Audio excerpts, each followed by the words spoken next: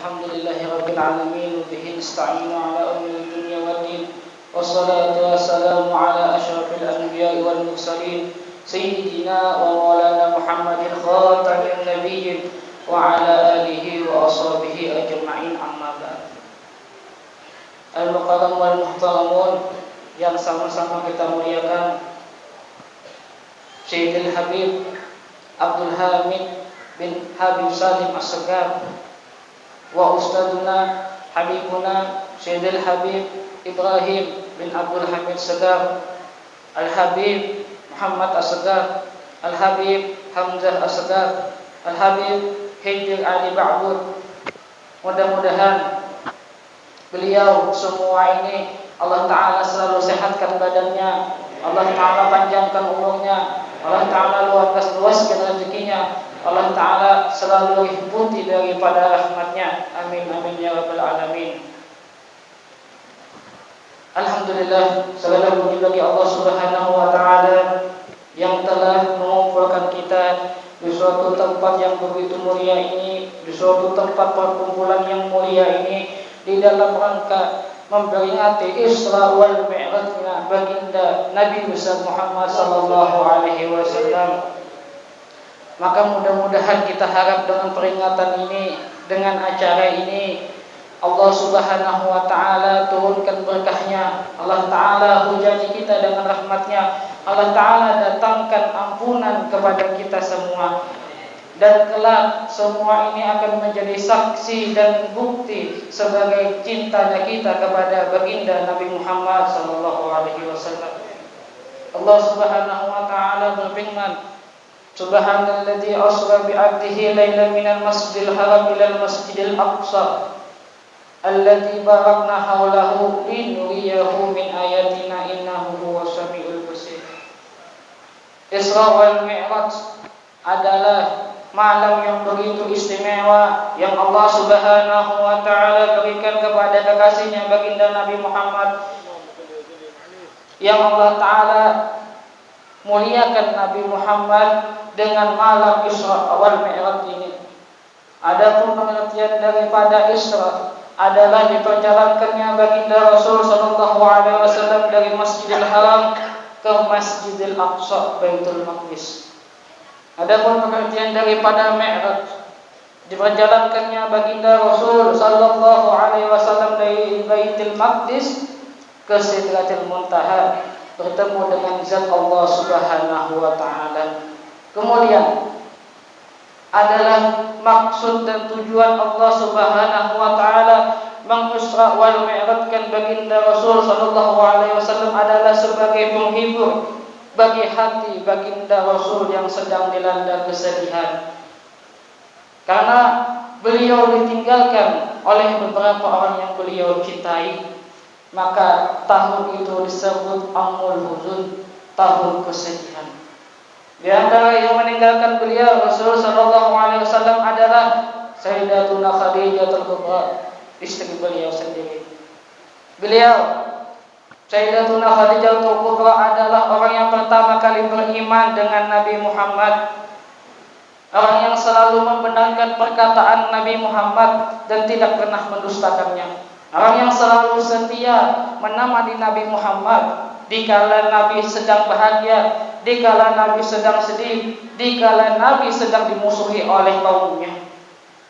Semua harta beliau berikan, semua jasa beliau korbankan, semua martabat dan kehormatan rela beliau jatuhkan demi membantu dakwahnya baginda Rasul sallallahu alaihi wasallam. Pernah diceritakan bahwasanya ketika Rasul sallallahu alaihi wasallam ingin makan bersama dengan istrinya, Nabi mengatakan kepada sang istri, "Wahai istriku, apa yang kita miliki di rumah? Menu apa kita makan hari ini?" Siti Khadijah pun menjawab, "Tidak ada apa-apa wahai Rasulullah, melainkan hanya dedaunan yang aku petik di hutan."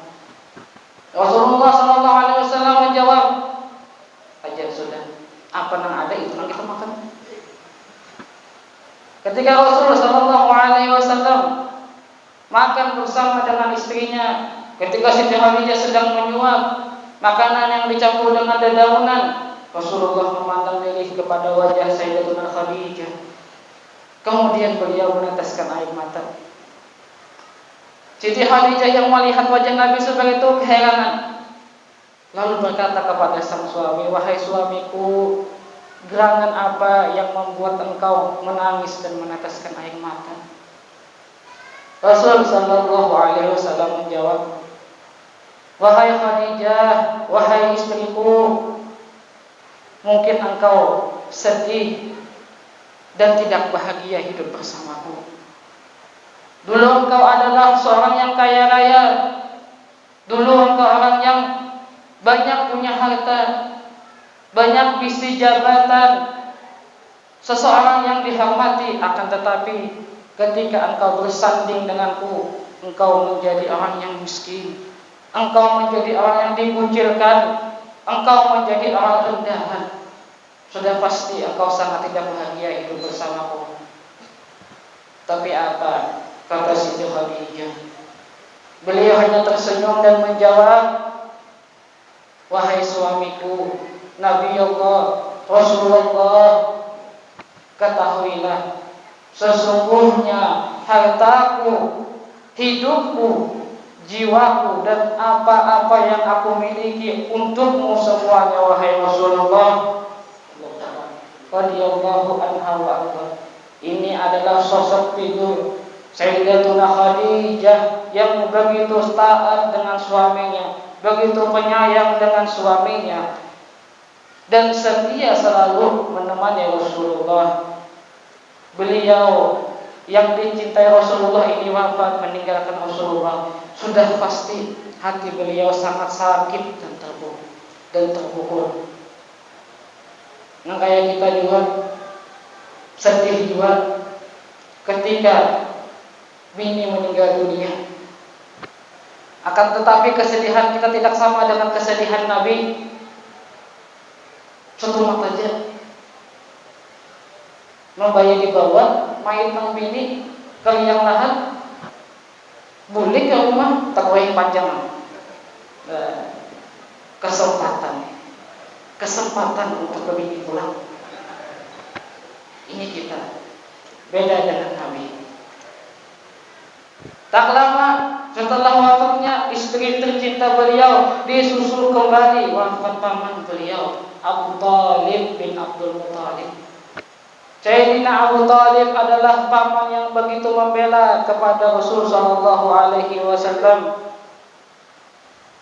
Semua itu ditunjukkan di dalam suatu riwayat bahwasanya kaum musyrikin ingin menghentikan dakwahnya Nabi Muhammad dan menceritakan semua itu kepada Abu Thalib. Abu Thalib pun menyampaikan kepada keponakannya Nabi Muhammad, "Wahai keponakanku, sesungguhnya kaummu ingin engkau menghentikan dakwahmu ini, ingin engkau menghentikan ajaran yang engkau bawa."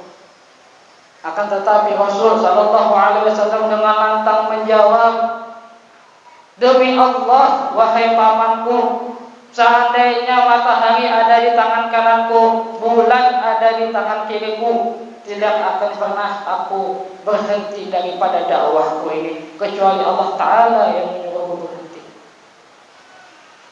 Sayyidina Abu Thalib pun terharu mendengar semua itu. Kemudian beliau berkata, "Wahai keponakanku, mulai saat ini aku akan terus membelamu dan apa-apa yang akan engkau bawa sampai akhir hayatku." Ini menunjukkan bahwasanya Abu Thalib, pamannya baginda Rasul, sangat membela kepada keponakannya baginda Nabi Muhammad. Beliau wafat meninggalkan Rasulullah, maka bertambahlah kesedihan beliau. Tak lama setelah itu, dua orang yang beliau cintai meninggal dunia. Kemudian datang perintah dari Allah Subhanahu wa taala untuk beliau dakwah ke kota Taif. Di sana ada salah satu kabilah yang bernama Bani Saqif. Beliau berangkat ke kota Taif dengan budaknya Zaid bin Harithah, dengan harapan Bani Saqif mau beriman kepada Nabi. Ketika Nabi dan Zaid bin Haritha berangkat ke kota Thaif, ternyata keadaan malah berbalik arah. Bukannya Nabi disambut dengan kemuliaan, tapi Nabi dicaci maki, Nabi dihina, Nabi disambati. Tidak cukup dengan cacian makian, tidak puas dengan semua itu, naik ke Bani Sakif, memanggil budak-budak mereka, memanggil anak-anak mereka, dan menyuruh mereka mengambil bebatuan dan melemparkannya ke tubuh mulia Nabi Muhammad. Terus dilempari Nabi Muhammad dengan bebatuan sehingga anggota tubuhnya berdarah. Ketika beliau terburuk dengan dilempari bebatuan, datang 2 orang malaikat mendatangi Nabi Muhammad SAW. Malaikat itu berkata kepada Nabi, "Wahai Nabi Allah, ketahuilah di dekat kota Thaif ini ada 2 gunung yang menjulang tinggi. Maukah engkau aku tawarkan 2 gunung ini aku angkat dan aku hempaskan ke kota Thaif sehingga binasa semua penduduk di kota Thaif?" Akan tetapi apa jawab Rasulullah SAW? Jangan, tidak usah, jangan kau lakukan itu semua. Jikalau kau hempaskan 2 gunung itu ke kota Thaif, semua penduduknya akan binasa. Kalau semua penduduknya binasa dan tiada, tidak ada lagi keturunan mereka, tidak ada lagi anak cucu mereka, tidak ada lagi penerus mereka. Barangkali di antara salah satu cucu mereka, di antara salah satu penerus mereka itu mau beriman kepadaku, kata Nabi Subhanallah Sallallahu Alaihi Wasallam. Ini adalah rahmatnya Nabi Muhammad Sallallahu Alaihi Wasallam. Pantas beliau dipanggil rahmatan lil alamin, rahmat bagi sekalian alam. Kalau kita berada di posisi Nabi, jangankan dicaci maki, jangankan dihina, jangankan sampai dilempari batu, melihat orang awak ya kan lewat di hadapan seorang lawat moha, tahu libya moha, tegretek itu dalam hati, nenek sudah kada emas, awak sih kan, mahmud pulang. Udah mati masuk neraka. Oh ya. Orang mahmud aja didoakan masuk neraka. Kalau bina silin desa dari halus ke 7 orang. Ini bedanya kita dengan baginda Rasulullah Sallallahu Alaihi Wasallam. Makanya kita tidak diangkat jadi nabi. Ketika semua kesusahan, semua musibah, kesedihan ditimpa Rasulullah Sallallahu Alaihi Wasallam, kemudian Allah Taala hibur kekasihnya baginda Nabi Muhammad dengan mengisra wal mi'rajkannya, bertemu dengan zatnya Allah Subhanahu Wa Taala. Ketika bertemu dengan zat Allah Subhanahu Wa Taala, Allah Taala mewajibkan salat 50 waktu yang kemudian ditafsir diringankan menjadi 5 waktu. Karena 50 waktu kebanyakan. 5 waktu nak mutagawi, apalagi 50. Kemudian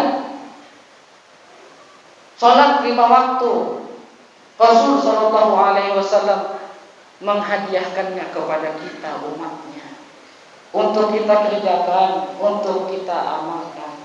Maka sepatutnya lah bagi kita sebagai umatnya untuk menjaga dan memelihara sholat 5 waktu, karena itu adalah berupa pemberian dan hadiah dari Nabi Muhammad, supaya sang pemberi hadiah menjadi bahagia dan bangga terhadap kita. Jikalau pemberian ini kita rusak, sudah pasti yang memberi akan benci dan marah kepada kita. Seperti perumpamaan kita membagi baju lawan orang. Nah, ini kan bagi baju, dipakailah. Ujar kawan tadi inggih. Seling beberapa waktu, 3 hari berlalu, ternyata kawan tadi kada memakai baju, dia olah nyalak keset. Kita yang melihat sangit uma-uma. Aku mau lagi baju mesin dipakai, kada kasih dolar apa? Kita manusia awam ada. Dan yang dibagi baju ada. Bagaimana jikalau itu baginda Nabi? Maka bagaimana jikalau yang dibagi itu adalah sholat 5 waktu? Jikalau Rasulullah SAW tahu kita tidak mengerjakannya, Nabi Muhammad akan kecewa kepada kita. Tapi jikalau sebaliknya kita jaga sholat 5 waktu, pasti Rasul SAW akan bangga kita, dan kita masuk daripada orang yang membanggakan hati Nabi Muhammad. Akan tetapi ada pertanyaan, wahai Ustaz, ulun kada bisa sembahyang, kada tahu tata cara wudu, sujud kada tahu, rukuk kayak apa, tasyahud juga kada tahu. Ulun hendak juga membanggakan Nabi, hendak juga membanggakan Rasulullah, tapi ulun kada bisa apa-apa. Allah Ta'ala jawab di dalam Al-Quran, fas'alu ahla dzikri in kuntum la ta'lamun. Tanyai mereka para ulama jikalau kalian tidak tahu. Pian kada tahu tata cara berwudu, kada tahu tata cara sholat, kada tahu kayak apa sujud, tasyahud yang sempurna, tanyakan kepada ulama. Insya Allah ulama akan menjawab.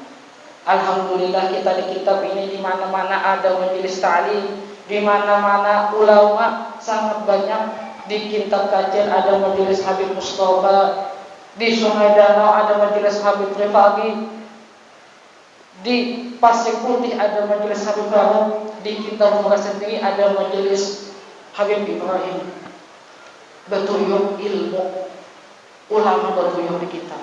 Kitanya aja lagi yang menolaki hakul atau adanya.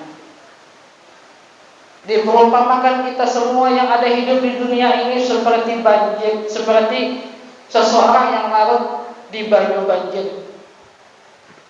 Ketika kita sedang larut di banyu banjir, kita melihat di sebelah kanan kita ada sebuah tunggul yang terbuat daripada ulin, tinggi menjulang bertajak. Di situ di sebelah kirinya ada bilah hidi halus, tipis pulang. Kira-kira tuh, amun pian nang larut, pian beikut di mana? Di tunggul kan, di bilah hidi kan? Pian pilih beikut di bilah hidi. Ulun jamin pian larut. Sebelum pian beikut, pian larut sudah. Diumpamakanlah bilah hidi itu sebagai orang-orang yang lalai daripada ajarannya Allah, orang yang tidak tahu, tidak kenal dengan Allah, orang yang selalu bermaksiat kepada Allah. Jikalau kita berkawan, berteman dengan orang yang seperti ini, lama kelamaan kita akan hanyut, kita akan larut, terbawa nikmati budaya dunia. Sudah pasti kita tidak akan selamat. Akan tetapi jikalau kita berikut lawan tunggul yang tinggi menjulang tadi, ulun jamin ketika pian larut, pian berikut di tunggul, pian akan selamat. Sampai banjir kali pian tetap berikut di tunggul itu. Diumpamakan itu sebagai ulama, orang yang berikut lawan ulama, orang yang berpegang teguh dengan ulama, mereka akan selamat dunia dan akhirat. Jangan dilapas. Nangaran ulama jangan pernah dilapas. Rasul sallallahu alaihi wasallam bersabda, al ulama warasatul anbiya. Ulama adalah pewaris nabi. Sekarang Rasul sudah tidak ada, Nabi pun sudah tidak ada. Barang ulama yang jadi pewarisnya, yang kita olah panutan, yang kita hormati, yang kita terus ikuti. Dengan kita selalu mengikuti ulama, maka kita akan selamat dunia dan akhirat. Maka mudah-mudahan Allah Subhanahu wa taala jadikan kita seseorang hamba yang selalu cinta kepada ulama, selalu suka mencari ilmu dengan ulama, selalu suka pergi ke majelis-majelis taklim yang dipimpin oleh ulama. Karena dengan semua itu, dengan ilmu itu, Allah Ta'ala akan muliakan kita, dan Allah Ta'ala akan kumpulkan kita di dalam surga dan bersama orang yang kita cinta. Amin amin ya rabbal alamin. Kiranya hanya itu yang dapat kami sampaikan. Salah khilafnya mohon dimaafkan. Wa min akhiri Assalamualaikum warahmatullahi wabarakatuh.